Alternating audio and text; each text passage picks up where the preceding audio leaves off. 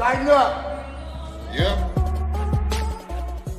I'm Dave Palumbo, founder of Species Nutrition. From my earliest bodybuilding days, I believed in only putting the best in my body. And that lives on in the Species Nutrition line of products. I put my name and reputation on every bottle of Species Nutrition products. If you want to be your absolute best, join the evolution. Hey guys, we're super excited to be here at the LA Fit Expo. It's our third year in a row. And what we're going to be doing today is we're going to be launching the Tasty Pastry. It's a low-carb Pop-Tart. It's got 3 to 4 grams of net carbs. And we love this show. This is our best place to be in LA.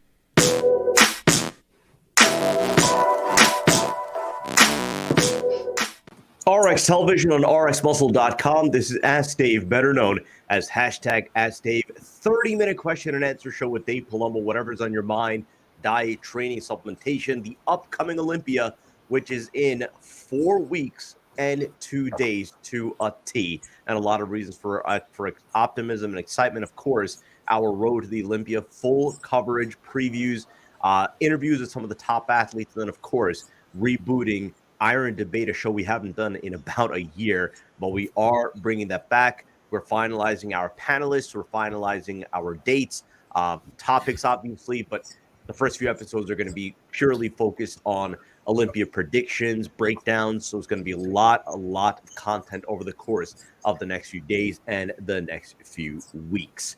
Let's go straight to the questions. The first 2 questions on the show, of course, from the Dave Palumbo Experience app. First question, Dave, is there a way to keep the water weight down while on a cycle? It's a good question I get asked all the time. And, you're going to have to understand that when you are in an off-season scenario where you're trying to build muscle, okay, and you're eating a lot of food and you're training hard and you're taking anabolics, there's a certain level of water retention that goes along with that. Now, whether you're on anabolics or not, you're going to have some fluid retention because you're eating a lot of food. You're always putting food in your body. Your stomach's always full. That just comes with the territory. When you add anabolics on top of that, it can make you a little more fluid sensitive, which gives you strength, gives you a better pump in the gym. So there's good with the bad. You can't take diuretic. Like I know I don't want to mention the person, but there was a guy I knew who was a bodybuilder, very good bodybuilder back in the 90s who would take diuretics before going to the gym so that he would look lean and shredded and dry. And you know what? He wound up giving himself kidney problems with it.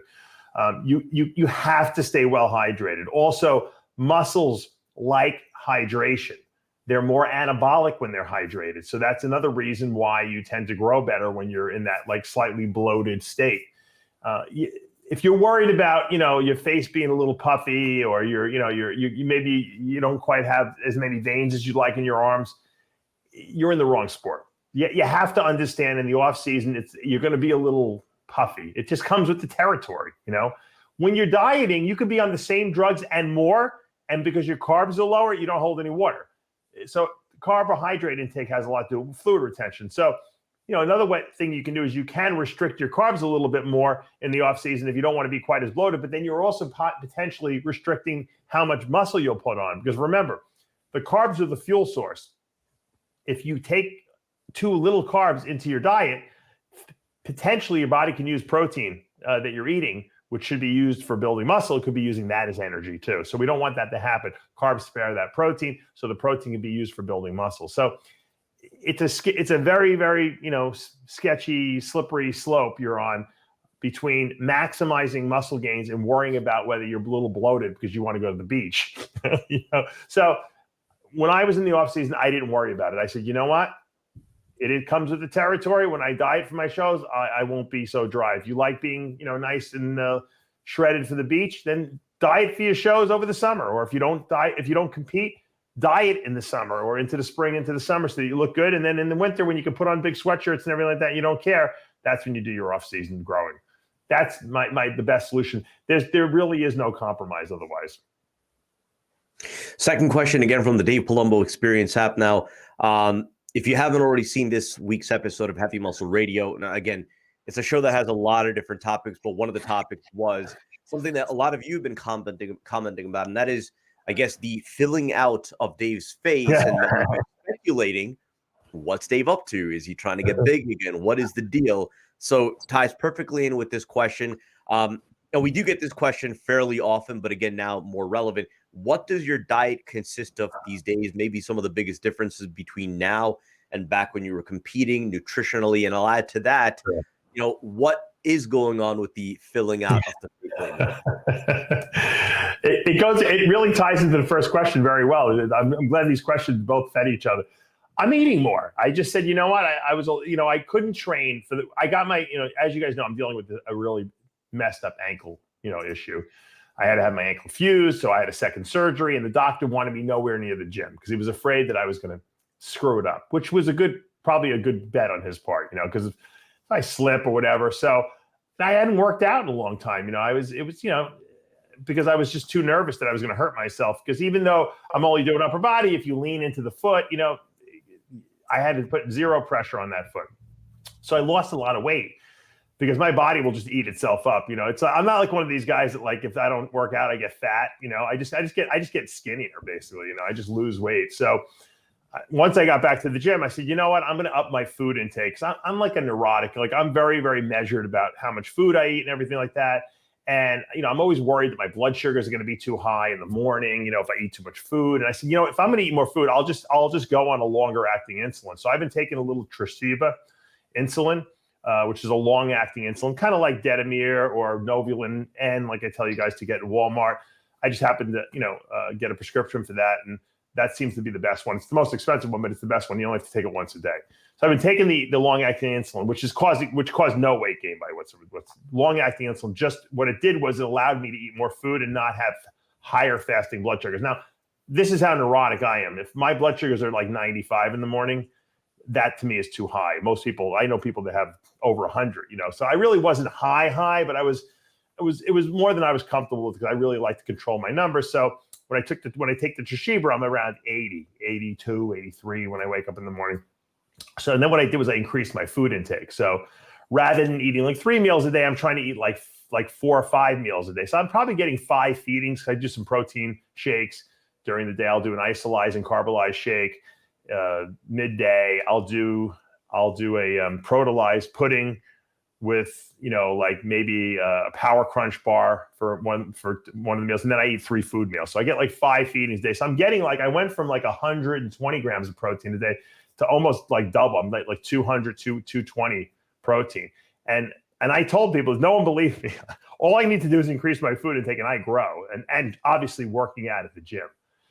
And when you eat more food and you eat more carbs, you hold more fluid. And so my face is fuller because I'm holding some fluid now that I wasn't holding before when my carbs were really low. Because I was eating really low carbs because I was trying to manually control my, fasting blood sugars. And I was doing it, by eating less carbs during the day, I would wake up with normal blood sugar. So, but in order to gain weight, you have to eat more food. So, and I don't know if it's just from getting older. I don't produce as much insulin as I did when I was younger because I never had any blood sugar issues when I was younger, but I'm controlling every variable that I can possibly control now. And that's why I tell you guys, that's one of the things you should check, fasting blood sugars in the morning.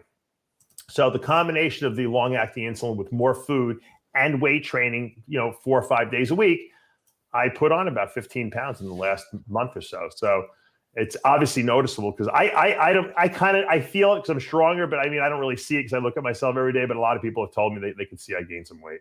And I want to say one thing about the Dave Palumbo Experience app, which is where these 2 great questions came from. It's an app where you can subscribe to through your Android store or your iTunes store. It's an app that you pay $29 a month. You get Dave Palumbo as your personal trainer, essentially. You get access to all my videos I've ever done, all my writings, articles are in there. We put up a workout every week. I answer everyone's questions in an open forum there. So any question you have, I answer. So everyone sees all the questions and all the answers. And I do a Q&A video just for the app once a week. It's a lot of content. You have, like I said, you have me as your trainer. You can ask me any question you want, anytime you want. It gets answered in the app. And it's a great resource to have. So check it out. Tell your friends about it. I'm telling you guys, you're going to really love it. Let's go to our Instagram questions. Again, if you're not already following us on Instagram, the handle is official_RX Muscle. Of course, now between now and Olympia weekend, it's progress pictures galore. So we're going to be reposting a lot of them on our feed, a lot of them on our stories. And then, of course, They're at Olympia weekend. We're going to be loading up everything, our feed, our stories, whoever we're going to be talking to around town. I mean, anything that we see, anything that we encounter. So you're going to want to follow that. Join us along for the ride. If you're watching us for the first time here on YouTube, we welcome you. We ask that you subscribe below, hit the notification bell. You're not going to miss any of our show segments, preview segments between now and Olympia weekend. And then, of course, all of the coverage that we promise to bring you on Olympia weekend. And so, Dave, yeah. Jimmy the Bull will be staying with Lee Priest in his hotel room. Oh, my goodness. The entire week there. So you guys will have an additional Jimmy the Bull, to give his own constructive criticism as to the weekend. So not only is it going to be you and Chris and King Kamali, but we're also going to have Jimmy the Bull, Lee Priest, John Romano. I'm going to be the only one missing, essentially, Unbelievable. You might as well just suck it up and just come. I can't walk, Sid. It would be you. I would make you guys miserable. I'd have to be. You'd be pushing me around in a wheelchair. It wouldn't even be worth it. We got you. You got Jimmy the Bull there. Next year. No, that's going to be a lot of fun. So I don't know how Vegas is going to handle it. I don't know how much security the Vegas Strip could possibly have to handle both Jimmy the Bull and Lee Priest, but nonetheless. Don't let Jimmy drink before you guys go out anywhere. That's all I say. God, I'm going to have to be the sober, nice one, and you know how that one's going to go. So anyway, yesterday we had our episode of After Hours. If you haven't already seen it, some way, somehow, it is yet still monetized. I don't know how long, given how many politically incorrect things that were on there. There might have been 12 chapters to the entire episode, but nonetheless, very funny episode. So that ties perfectly in with our first question. One that we do get quite often, and I still don't know if we have a productive answer to this question, is from Beagle World. Where is Vinny the Chin? Yeah, we've been getting a lot of questions about Vinny the Chin lately. I don't know why. A lot of people have been asking me. Because he's the perfect fit for After Hours, yet he's missing in action. You got to get him in person, though. You don't get the true flavor for him unless he's in person. After Hours, which originally was Heavy Muscle TV, really, let's face it, when it was in New York, and I used to have a show once a week in the studio where everyone would come in, and it would be like literally we would film it at like 9 o'clock at night. We wouldn't get out of there till like 11:30, and we'd go to the diner after that, and we'd get home till like 1 in the morning. But it was a very fun, usually I think we did it on Thursday nights. I think we were doing it, but that show was always like, what character can I find? What crazy person, what unique individual can I find and bring onto the show this week? Because, it was an in-studio show. So I had to bring unique talent. It couldn't just be the same people every single week. Now, granted, we did shows where we didn't have, it would just be Jimmy, me, and, the other cast of characters I had. We had some regulars on the show. But every once in a while, I'd get a real good character. And Vinny the Chin was this, crazy character. If you look at his YouTube channel, he's like this. The truth of the matter is, he's really an actor. The guy who plays the part of Vinny the Chin, his real name is Carmine, and he's the nicest guy. But he plays this character like this chauvinistic pig, like who just treats women like shit. And he's just got the Italian flair to him. And he would come on, and people would think that that was like his real personality. Jimmy wanted to beat him up. There was a million guys who hated this guy, and they really thought he was like being serious about everything he did, because he would never break character, this guy. And I haven't really talked to him since I moved from New York. He lives on Long Island. So he's the Long Island legend. He billed himself as Vinny the Chin. We'll see if we could track down Vinny and maybe get him on an episode of After Hours. Yeah. Speaking of After Hours, something that I guess you had discussed on the show, the question is from Brown J85. Do you have any more information on the injectable fat burner from Titan Medical? You were discussing it on After Hours. Yeah, it's available. Ozempic, and I think I did an actual video. Did you put the video up I did on Ozempic? Yes, it's live on the channel right now. Yeah, Ozempic is an incredible fat burning agent that they're giving to a lot of people now. Unfortunately, what it does is it makes you feel full, because it's a GLP-1 peptide, meaning that glucagon-like peptide 1 is released from the gut when you eat food. So it basically slows down the transit of food through your intestinal tract. It makes you feel full longer. It also reduces glucagon output from the pancreas. Glucagon is a hormone that does the opposite of insulin. It tells the liver to release glucose into the bloodstream. So if you're trying to lose weight, you don't want glucose pouring into the bloodstream from your liver, because then your body releases insulin, which is a fat storage hormone. So it blunts that effect. So you get good blood sugar control from it. So if you're having blood sugar issues, that's why it was invented as a type 2 diabetes drug. But then they found that people were losing weight on it because it basically blunts your appetite a little bit. So you can eat a normal meal and then you don't feel like snacking right after. You feel full for way longer. And people are really losing a lot of weight on it. And there's, it's been around for a while, but it's starting to catch on now with the celebrities in Hollywood. I talked about it with Colette years ago when we did a show, and no one really knew what it was at the time, but it's becoming much more. They have a new version called Mounjaro too, which is another compound added to it. But you can get the Ozempic from TitanMedicalCenter.com. They have a supply of it. A lot of places, most pharmacies are out of the stuff. You cannot get it. And a lot of doctors won't write the script for it. But if you go through TitanMedicalCenter.com, you tell them our ex-muscle Dave Palumbo sent you, you'll get a nice discount. And they do have it available. The great thing about that drug is that you take a shot once a week. It's a really small amount. If you take too much of this stuff, you get nauseous. So you got to really follow the dosing protocol they give you. It's like 1/4 milligram injected once a week for 4 weeks, and then you go up to a half, and then sometimes you don't even need to go any higher than that. Some people can go up to 2 milligrams a week, but you can't just go right up there, because it will make you. It could, like I said, it could make you feel a little nauseous if you do too much of it. It's really a pretty cool way of fixing a weight problem. Also, what a lot of people speculate that it has an effect on leptin. Leptin is a hormone that's produced by the brain after you eat. It tells your body you're not hungry. So when leptin is released, you're supposed to not be hungry. The problem is that obese people have the highest amount of leptin in their body, and they couldn't figure out why. And because if you have a lot of leptin, you shouldn't be hungry and overeating, but yet they are. The problem is that they're not sensitive to the leptin receptors don't work right.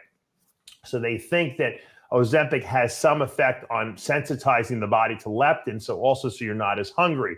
Actually, my fat burner SOMALYZE has an ingredient in there that does the same thing. It sensitizes leptin receptors, and that's why when people take SOMALYZE, they notice they're not as hungry, and it works really well. I know a lot of the women love to take the SOMALYZE. There's no stimulants in there yet. You don't feel hungry all day long. You can still eat your meals. You feel satiated for a longer period of time. So I think Ozempic is going to be something that a lot of people are going to be using in the future. The only issue is if you have any kind of family history, or you have a history of any kind of thyroid tumors, you don't want to take the stuff, because it can potentially make that worse, or it can cause tumors in the thyroid if you have a predisposition to that. Also, any kind of pancreatic cysts or anything like that, and any kind of neuroendocrine like cysts or potential tumors, you don't want to take that product. Potentially, it can cause it to get worse.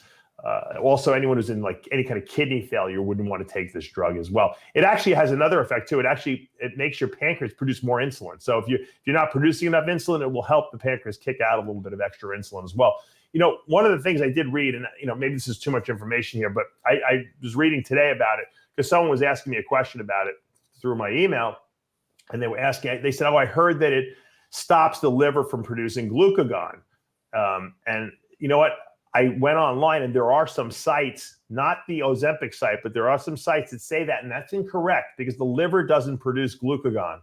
The pancreas produces glucagon. So there's something called the alpha cell and the beta cell in the pancreas. The beta cell produces insulin. The alpha cell produces glucagon. So what a lot of people confuse is that the glucagon, when it's released from the pancreas, will tell the liver release glucose into the bloodstream. It's not the liver that's producing the glucagon and then releasing it. It's the pancreas that produces the glucagon. The liver releases the glucose into the bloodstream. So just for a technical thing, but it's good to know where hormones are produced in your body and where they're not. So even online, they make mistakes. And I tell you this all the time. Sometimes, everyone believes everything they read online. You have to sometimes really just go to the source. Ozempic, obviously, the company that sells the drug, is not going to put out the wrong information, but there's other websites from people who are really not that knowledgeable, and they make mistakes like this all the time. And I catch them all the time, but this just happens to be one of those mistakes. Let's go to Barstad. Thoughts on using insulin while carbing up for a contest? It's a little like playing Russian roulette, Sid, because the problem is that, yes, insulin pushes, glucose into the cells, which, helps them obviously then load glycogen. Problem is that most people don't need extra insulin. They have enough insulin in their body. Now, if you're a bodybuilder that needs to eat 800 to 1,000 grams of carbs a day to carb up because you're just having an insane amount of muscle and a crazy metabolism, you might need more insulin. I don't know. But for most people, 98% of the population, when they carb up, they're only carbing up on 300, 400, maybe even up to 600 grams of carbs a day. And that's a high amount. You don't need that much. You don't need extra insulin. You have enough. The problem is if you take extra insulin, okay, some people get very watery from taking insulin, and some people get a little distended in their abdomen, and they get like a film of water on their body. And it's not because they're taking too much insulin. It's because exogenous insulin has that effect on their body, whereas their natural insulin that they produce doesn't do that because the body precisely releases exactly what it needs. Also, when you inject insulin, we'll go back to glucagon again. When you inject insulin, for some reason, the glucagon is released in response to insulin, okay, injecting insulin. And so you're fighting glucagon. So glucagon is released, your body's kicking blood sugar into the bloodstream, and then you have insulin on board, and that's fighting glucagon to try to lower blood sugar. So sometimes it's a disaster. Now, if you work with insulin a lot and you take it maybe in the off season or you experiment, for weeks before the show and you know how it works on your body and you have a protocol that works, that's okay. But if you've never really tried to carb up on insulin, you diet for 16 weeks and the show comes, you're like, I'm going to carb up on insulin because that's what everyone does, right? And you do it, you're looking for trouble, okay? I would not put it in if you're not someone who's regularly used it. You could experiment with it. Most people who are not full enough, it's not because they're not eating, it's not because they're not using insulin. It's because what's happening is they're eating more carbs, but it's amping their metabolism up, and their metabolism is just burning the carbs off, and they don't get stored. It has nothing to do with absorbing the carbs. They're absorbing it. Insulin's working. It's just not getting stored in the muscle because the body's using the glucose for energy. And Milos and I have talked about this on shows. We both agree on that. Sometimes the answer is to actually give the person fat too. I always feed my people protein, fat, and carbs when I'm carving them up. So the fat can be used for fuel, or some of it, basically sparing a lot of the carbs so they can be stored as glycogen in the muscle. So, don't knee-jerk use insulin. Most people don't need insulin. There are a select group of people that might benefit from it, but most don't need it. Let's go to Fit Daddy. I remember you saying that supplemental glutamine powder and protein shakes is relatively ineffective. Is that still the case today? And putting my athletes on a supplemental regimen, I don't want to waste money or effort. I love the question. Is it relevant today? Well, if it wasn't relevant, I mean, if you didn't need the stuff and it wasn't going to benefit you 5 years ago, it's not going to benefit you today because 5 years has passed and people have new ideas. No, it just doesn't do anything. Glutamine, when orally ingested, probably 90% of it gets sucked up by the intestinal cells. So if you had any kind of colitis or any kind of problem with the lining of your colon or your small intestine, glutamine would help heal it a little bit, but it's not going to do anything for muscle repair or muscle growth because it never even makes it into the muscle as glutamine. And the funny thing is that your muscles they can make their own glutamine. As long as you're eating protein, your body can make as much glutamine as it needs. It's not one of the, quote, essential amino acids. It's something that your body can convert from other amino acids. So it's really a waste of a product. It's like one of these, it's still used in India. All the Indian bodybuilders, I don't know why, they're like 15 years behind us. They all think glutamine, creatine, they're all doing all that stuff that we were doing in 1995, Creatine works. I still believe in creatine, but glutamine is a waste of time. And I think a lot of people, Scott Connolly told me this once, the owner of Metrex, who was probably the smartest guy I know with regard to protein metabolism in the body. He told me that a lot of glutamine, especially when you're dieting, can get converted into sugar, believe it or not. Your body will convert the glutamine into glucose, which causes insulin release, which is a problem in and of itself. So you don't want to just be shotgunning extra glutamine. It could definitely sabotage your diet a little bit. And same thing with amino acids. If you're dieting for a show and you're pounding branch chain aminos and essential aminos, and I love to sell, I love to sell a product. I love when you buy my Amino Evolve, but if you're dieting, you don't want to be downing that all day because your body's going to use that for fuel. It's not going to use stored body fat. So there's no free calories. There's no free lunch, as they say. Take 3-4 more questions. Go to Don Klimkowski. When training without PEDs, what are classic signs of overtraining? What supplements are key for faster recovery, including any vitamins and minerals? how many test days before hitting the same muscle group again? I think he meant rest days. Yes, because that's test days. Well, right off the bat, what is the challenge when you're not taking anabolic steroids? Well, you're not recovering as fast, right? Which is ironic because a lot of natural bodybuilders seem to train body parts more frequently, which is kind of like stupid if you think about it, right? If your recovery is not as good and it takes longer because you're not on anabolics and you're having to rely on your body's natural, hormone production, why would you break down a muscle more frequently? Right? You know what I mean? You'd want to break it down less frequently, give your body more time to repair it. Obviously, when you work it, you want to train it hard, but you got it. So I would never train a body part more than once a week if I'm natural. Number one, you might even want to do it every 8 days. If you need the extra rest, take it. You definitely want to make sure you're taking enough protein and enough essential fats in general, because that's the building blocks of muscle tissue, right? And, as a natural athlete, recovery is important. And what's the best way to recover? Sleep. So you definitely need to sleep more. I think guys who take anabolics can get away with a little less sleep. Although when I was at the peak of my powers, I was sleeping 9 hours a day and sometimes taking an hour nap on top of that. The more you sleep, the better you recover.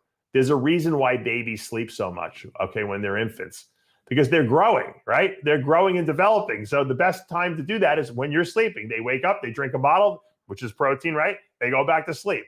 They wake up, they drink a bottle, protein and essential fatty acids, and they go back to sleep. And they do this all day long. Why? Because that's the best way to grow. So if you're a bodybuilder, and you have the luxury of, not going into a full-time job, or you can make your own schedule, I would try to, train, sometime either in the morning or midday, have your post-workout shake, go home and take a nap if you can. Even if you got to sleep in your car for 20 to 30 minutes. That nap, that little nap is going to really help with recovery. I would go home and take a nap for like 45 minutes to an hour, in the middle of the day. And I'm telling you, when I would wake up, I actually felt like I was recovered. I took a nap the other day. I fell asleep on the couch for 45 minutes after I got home from the gym. I came home from the gym. I had like my 5 whole eggs and I had a bagel. And I sat on the couch for 2 seconds. I was going to turn the TV on and I fell asleep. I woke up 45 minutes later. I felt better. I felt so good. My body felt good. It was recovered. My brain was really clear-headed. And then I remembered, before I had kids, what I would do is my nap would be my stimulant. I didn't even have to drink coffee. If I was tired, I would just take a nap, which you can't do when you have kids. You don't have that luxury all the time. But you take a nap, I'm telling you, it's like it refreshes your whole brain, your mental processes. It restores neurotransmitters to the body. So when you're a natural person and you're not having enhancements being injected into your body, you have to maximize what you have. And the best way to do that is make sure you sleep enough. I'm telling you, that's the number one issue with natural bodybuilding. Make sure you get enough protein, fats, and sleep enough. Let's go to Nico Cantemir. I guess a general guideline as far as eating and training immediately after a competition. There is no guideline. Every time I work with someone, and a lot of times it's women, but there's a lot of men who tell me the same thing. Like, I want to stay lean. I said, listen to me. You just got done with a show 4 hours ago. I let you have a cheat meal tonight. There's no way you're going back on the diet tomorrow. Okay? You're not going to be able to stick to it. You're not going to want to do cardio every day. Listen to me. What I usually do is I put people back on like a protein and fat approach with a certain amount of carbs. Let's say I give them 250 grams of carbs a day. And then I tell them, one of the meals that you eat for the day, make it a cheat meal. So a cheat meal every day for the first 2 weeks. You know why? Because they're going to cheat anyway. If they say, I'm not going to have any cheat meals, you know what happens? They wind up cheating for 2 days straight, every single meal. You can't do that. You have to plan as a bodybuilder. Everything you do has to be planned. I know it sounds so boring and meticulous, but if you want to be a great bodybuilder, you have to understand what your body's going through. After a show, it's so confused, your body, about what's going on. You have no energy, but yet all you want to do is, eat. Okay. So understanding that, but knowing that you need to supply the body with what it needs, organize your cheats. In other words, I'm going to eat, most of my meals are going to be clean. And I'm going to give myself that one cheat meal, whether it want to be the end of the day, the middle of the day, the beginning of the day, whatever you like, so that you can get that out of your system. And knowing that you have one cheat meal every single day, you're not going to cheat the rest of the day, because you're going to be like, oh, I got a cheat meal later tonight. and I got one tomorrow and the next day and the next day. So what am I don't have to try to eat it all in one day. And that sometimes prevents those crazy, wicked rebounds and where you feel terrible and your moods are all screwed up because let's face it, eating on a regimented basis, every 2-3 hours, high protein meals definitely affects your mental state and your mental clarity, and you feel good. That's why to this day, people say, Dave, why don't you eat more junk food? You can burn it off. I'm like, you know what? My work efficiency is terrible. If I eat like a bowl of ice cream, even though the lactose would kill me, or a box of cookies, I'll probably look insane after I eat those. I'll be veiny and everything. But you know what? All I want to do is lay on the couch and fall asleep because my blood sugar is all over the place. I just don't feel good. So trust me, organize your cheating. I do that for 2 weeks. I taper guys off the drugs. A lot of guys start pounding more drugs. I want to rebound. You're going to rebound no matter what. You've been on drugs for 16 weeks. The stuff that you've been taking is going to be in your system another 3 to 4 weeks. So use that rebound. But meanwhile, start tapering off, get off all the drugs, taper off the fat burners, so that when 4 weeks passes and all the drugs are really out of your body and you've already had a great rebound and gained muscle and you feel good because you don't have all those drugs being pumped into your body, you only got 4 weeks left to clean out again. So, all right, you did 4 weeks already. Now you're going to do 4 more weeks off. Then you go back on already. It's going to go like that. So I have a really organized, post-show protocol that I put people on, and everyone does well on it. And no one gets blown up out of control. And everyone seems to be more focused because I'm giving them what their bodies want, which is a cheat meal every day. Bodybuilding and wrestling. If you take SOMALYZE year-round, says it's a very good product. My sleep is more efficient. If you stop using it, will your body still produce natural melatonin? Yeah, it's a good question. Melatonin is one of these hormones that's pulsed out of your brain, the pineal gland in your brain. It releases it as nighttime comes. It just releases it, and that's what signals to your body what night is versus day.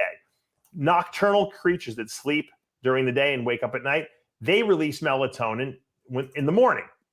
And that's why their bodies are on a different schedule. So when you take a product that has melatonin like my SOMALYZE, which I believe is truly, I've tested a lot of products, and this is one of my most proud products that I produce. If you guys have trouble falling asleep or having a good quality of sleep, I promise you, try it. 3 pills, 15 minutes before you go to bed.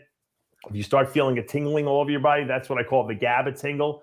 GABA is a neurotransmitter that relaxes your body. It's kind of like a Xanax effect. The GABA will help you fall asleep. The melatonin keeps you in a nice deep sleep and gives you a good restful night's sleep.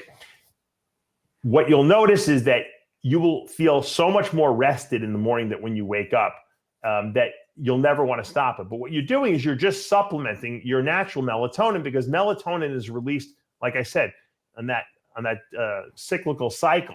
You can't shut that down. But as we get older, we produce less melatonin. And that's why older people, especially people in like their 80s, 90s, they go to bed at like 7 o'clock at night and they wake up at like 4 in the morning. They don't even know what time it is because their body is producing so little melatonin that their day and night cycles are messed up. So that's why they call melatonin an anti-aging hormone. Another great effect of that melatonin that we've just learned recently is that the COVID virus, or the coronavirus, depletes intracellular melatonin levels. So we also produce melatonin in small amounts inside our cells. It acts as an antioxidant. It reduces inflammation. And for some reason, the COVID-19 virus stops the production of melatonin in the cells. So taking melatonin supplementally at night before bed would also help combat any kind of coronaviruses that come into the body, which is another added benefit that a lot of people didn't even realize. But we give it to my kids. They have a kid's dose of melatonin with their gummies, and we give them to if your kids have trouble falling asleep at night or they drive you nuts, I'm telling you, they get a much better quality of sleep. It's a much smaller doses, of course, but my kids really, really sleep well on it. So I would recommend you try it. We didn't know what to do because some of my kids they have trouble just turning themselves off at night. And that works like a charm. 2 more questions. Don Simmons, best way to lose visceral fat. Also, best cardio range. How long for weight loss? I work out 5 days a week. Cardio every other day seems to increase weight loss. However, come Monday, I'm back to the same weight. I'm eating consistently good. Everyone tells me they eat consistently good. So without me analyzing his diet, I don't know what his diet is. But visceral fat is different than subcutaneous fat. You could diet and eat a good, low carb diet or whatever your diet happens to be. You could do cardio, you can take fat burners, and you'll lose the subcutaneous fat, which is the fat that, obscures the muscle definition. But a lot of people have visceral fat, maybe because they're insulin resistant, they have type 2 diabetes or the beginning of it, or for whatever reason, maybe they take too much insulin. I don't know. GH has been postulated to cause visceral fat deposition. That's fat under the muscle layer, meaning around the organs. And a lot of times it's right here in the abdominal area. And it gets hard and it just, something doesn't feel right in there. The only way that they've really shown that to get rid of that is fasting. It seems like fasting, whether it be 12 hours of the day, over a prolonged period of time and reducing food intake will make your body start eating that stuff up. Because once again, you can diet off all the subcutaneous fat. You still might have that weird visceral fat, load in there that's causing you to have distension. And so there's really, no drugs that will target that. But it seems, like I said, fasting, intermittent fasting will get rid of that because what it does is it just eats up your body, so when everything else is gone, in other words, there's nothing else to burn, your body will go into that. But if you're constantly eating, it seems like visceral fat doesn't disappear. Also, correcting an insulin issue like high blood sugars in your body will also get rid of that. So if you're running high fasting blood sugars in the morning, and we talked about that, you can go to Walmart and buy a $9 sugar monitor, glucose monitor, literally, and then $9 for the test strips. Test your blood sugar in the morning. If you're running high blood sugars over 90 on a consistent basis, that can cause visceral fat deposition too. So just correcting that with a long-acting insulin might solve that problem as well. Last question. I don't think you've touched this topic yet. I mean, I know it's been floating around. Big Ramy's legs. I guess the hole on each leg. Now, The question is from Carlos at NYC. Dennis James says, it's not site injections on Ramy's legs causing the hole in each leg. Says it's not from enough blood flow. Your take? Well, not from enough blood flow is a loaded answer, because what's causing not enough blood flow to be there? Is it because of scar tissue buildup? Because of previous injections in there? No one knows. For me, I can speculate, and I kind of have an idea of what I think is going on there. But I'm not going to say, why? Because I don't know for sure. I don't live with Ramy. I don't give him his shots. I don't even know what he takes. So for me to, put it out there would be disrespectful to him. I don't know. Obviously, something went wrong. Was he using maybe bad gear? Maybe got an infection there. Maybe something caused some,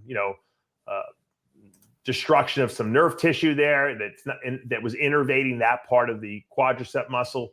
And now it's kind of like Dennis said, dead, or not firing properly. That seems the most likely scenario, but who knows? Only Ramy knows what he was doing in there. So, maybe he was using bad gear. I have no idea. The sad part about, bodybuilding in I guess in any era really is that we have to take anabolic steroids. And if you want to be the best, and that's, I don't think anyone would debate that fact. And the problem is that there's really no place to reliably get real gear. I mean, unless you have a tremendous hookup at a pharmacy that makes, genuine, real pharmaceutical grade gear. And I don't even know how much of that is out there anymore. You're going to have a problem because you're going to be using underground gear, meaning that someone's making it in their house from powder they're getting in China. And they're doing all the mixing themselves, and we're assuming it's going to be sterile. You're assuming it really is what it says it is, which a lot of times it's not, because people put junk into their stuff. There's a lot of test propionate in most drugs just to pad it because it's a cheap drug to put in there, and people have problems. I've seen infections. I've seen people get no results because they're really not taking anything. I've seen people get weird, flu-like symptoms from stuff that they were taking, and it all goes back to the fact that there's nothing reliable out there. And I'm not trying to give you guys a sales pitch. I sell Bill Llewellyn's product, Roy Test, on my DavePalumbo.com website.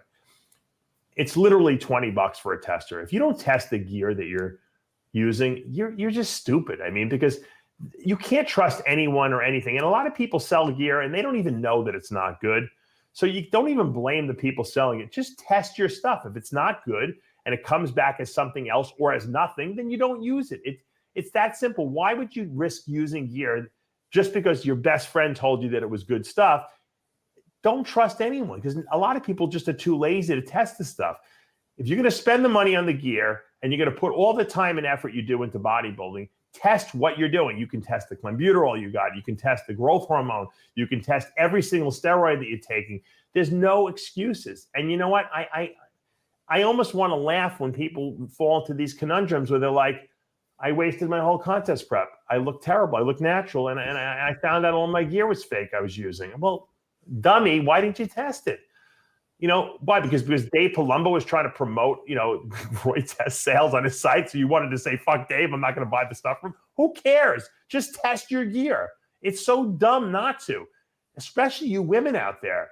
You know, think about it. You're putting potentially, you know, androgenic compounds into your body. If you think you're taking Anavar pills and you're taking Dianabol, you're going to ruin yourself. You're going to ruin your femininity. Just test it. If it's no good, it'll come up as D-ball. If it's not, and I've seen it happen time and time again. Primobolan comes up as testpropionate. Anavar comes up as Dianabol. GH comes up as nothing. And you know what? You wasted all that time and money and potentially risked your femininity or your health. So it is what it is. I mean, look at Ramy's legs. He's Mr. Olympia, and even he probably got screwed over by someone who gave him bad stuff. Let this be a lesson. You know, I'm here to help educate you guys. And that's what I do on a daily basis, because I don't want you to make mistakes that other people are making that I probably made along the way. Luckily, when I was competing, there wasn't underground gear. We got it from a pharmacy back then or overseas. But today, that's the reality. People make this stuff themselves. And there's not a lot of people out there who have good moral compasses. They don't care. They just want to make money. So you got to test everything. That's the bottom line. That's going to do for this episode of Ask Dave. Reminder, we are now in thick of the road to the Olympia. So next week, we're going to be lining up athlete interviews. We're trying to finalize a date for our first episode of Iron Debate. And then we're in talks with some of the top, obviously, names that industry experts, to come on and do preview segments for the upcoming Olympia. So if you haven't already done so, subscribe below, hit the notification bell. If you like what you're watching, hit the like button, comment below. And as always, we appreciate all of your support. For Dave Palumbo, I'm Sadiq Faruqi. We'll see you next time.